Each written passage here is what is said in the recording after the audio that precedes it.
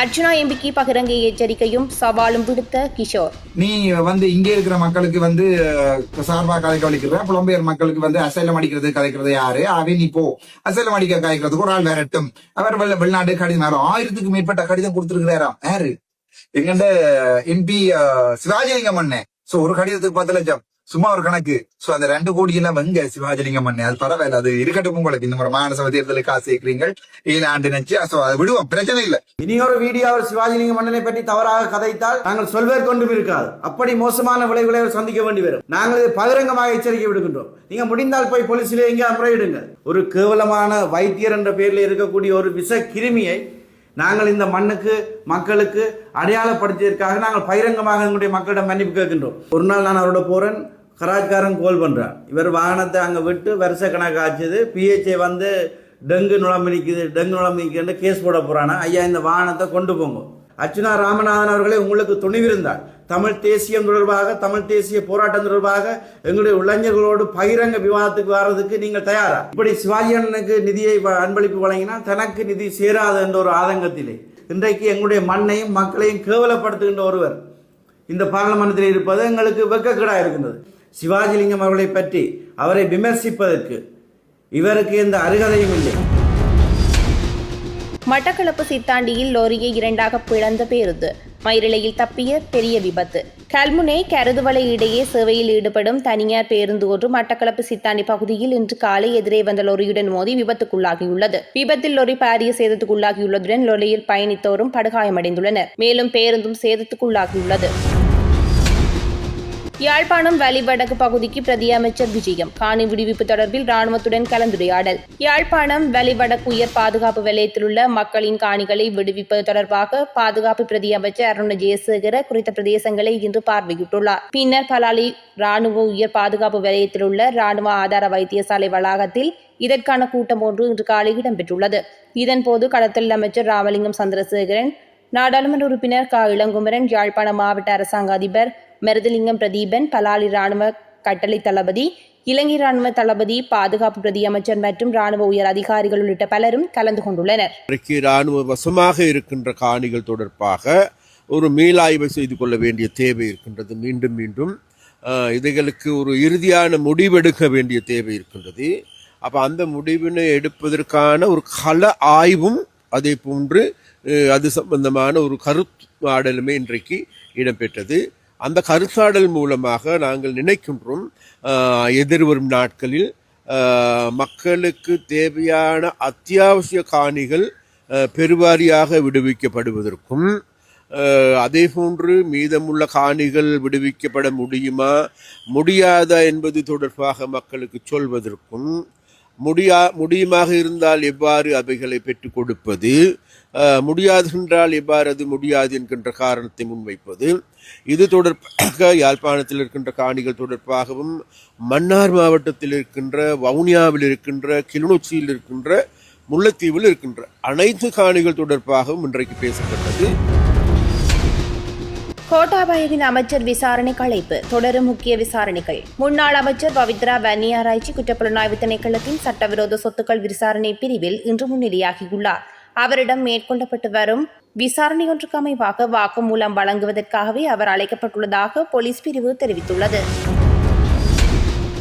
நாட்டில் வாகன காப்புறுதி அட்டைகள் இல்லை, வருகிறது புதிய திட்டம். இலங்கையில் இதுவரை காலமும் நடைமுறையில் இருந்த வாகன காப்புறுதி பிளாஸ்டிக் அட்டைகளுக்கு பதிலாக அதிகாரப்பூர்வமாக முழுமையான டிஜிட்டல் மோட்டார் காப்புறுதி முறை நடைமுறைக்கு வந்துள்ளது. புதிய நடைமுறை மே 1ஆம் தேதி முதல் செயற்பாட்டுக்கு வந்துள்ளதாகவும், நாட்டில் இயங்கும் 14 காப்புறுதி நிறுவனங்களும் இப்போது பிளாஸ்டிக் அட்டைகளுக்கு பதிலாக டிஜிட்டல் காப்புறுதி முறைமைக்கு மாறியுள்ளதாகவும் அறிவிக்கப்பட்டுள்ளது.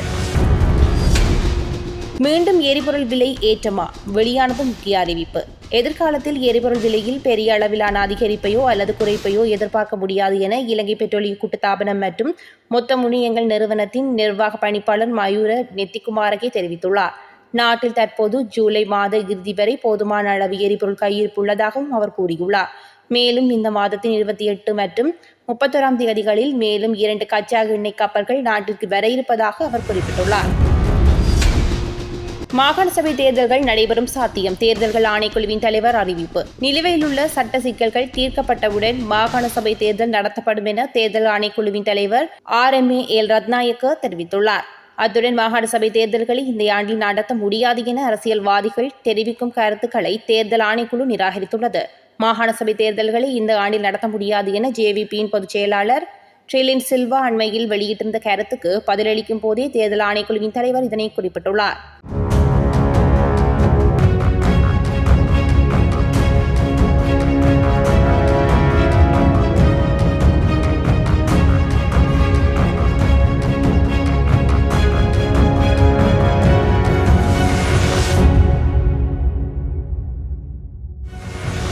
கடந்த 2 மாதங்களாக மன்னார் மாவட்டத்திலே மணல் விநியோகத்திலே ஒரு சீரற்ற நிலைமை காணப்பட்டது.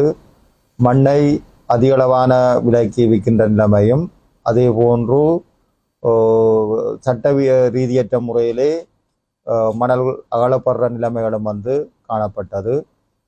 எனவே மணலை ஒழுங்குபடுத்தும் முகமாக, மணல் விநியோகத்தை ஒழுங்குபடுத்தும் முகமாக நமது மாவட்ட ஒருங்கிணைப்பு குழு தலைவர் மற்றும் கௌரவ பாராளுமன்ற உறுப்பினர்கள் ஒருங்கிணைப்பிலே பல்வேறுபட்ட கூட்டங்கள் நடைபெற்றது.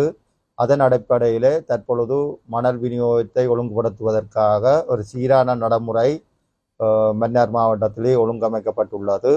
எதிர்காலத்திலே மணல் விநியோகத்தை மேற்கொள்ளும் பொழுது குறிப்பிட்ட மணல் அகழ்வு இடங்கள் அடையாளம் காணப்பட்டு குறிப்பிட்ட மணல் விநியோகத்துடன் தொடர்பட்ட சுற்றாடல் பாதுகாப்பு அதிகார சபை மற்றும் நீர்ப்பாசன திணைக்களம் மற்றும் புவிச்சேர்த்தவியல் திணைக்களம் மற்றும் தொடர்பட்ட நிறுவனங்களும் கூட்டு பரிசோதனையின் பின்னர் பொருத்தமான இடங்கள் தெரிவு செய்யப்பட்டு அதன் பின்னர் மாவட்ட செயலாளரினால் அந்த குறிப்பிட்ட இடங்களிலே மணல் விநியோகிப்பதற்கான மணல் அகழ்வு செய்வதற்கான சிபார்சு புவிச்சேர்த்தவியல் திணைக்களத்துக்கு வழங்கப்படும். அதன் பின்னரே புவிச்சேர்த்தவியல் திணைக்களத்தினால் எதிர்காலத்திலே மணல் விநியோகத்திற்குரிய அனுமதி வழங்கப்பட இருக்கின்றது.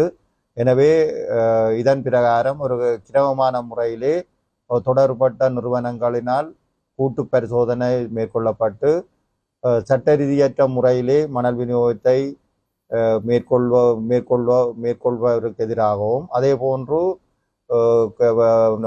புவிச்சேர்த்தவியல் பணியகத்தினால் வழங்கப்படுகின்ற நிபந்தனைகளை மீறி செயற்படுகின்ற மணல் மணல் அனுமதி பத்திரதாரர்களின் மணல் அனுமதி பத்திரமும் எதிர்காலத்திலே உடனடியாகவே ரத்து செய்யப்பட இருக்கின்றது.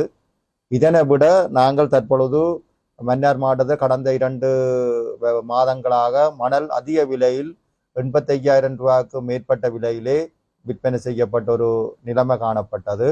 இதனை தவிர்க்கும் விதமாக நாங்கள் தற்பொழுது மணல் விநியோகத்தினை சீர்படுத்துவதற்காக மணல் விலையினையும் நாங்கள்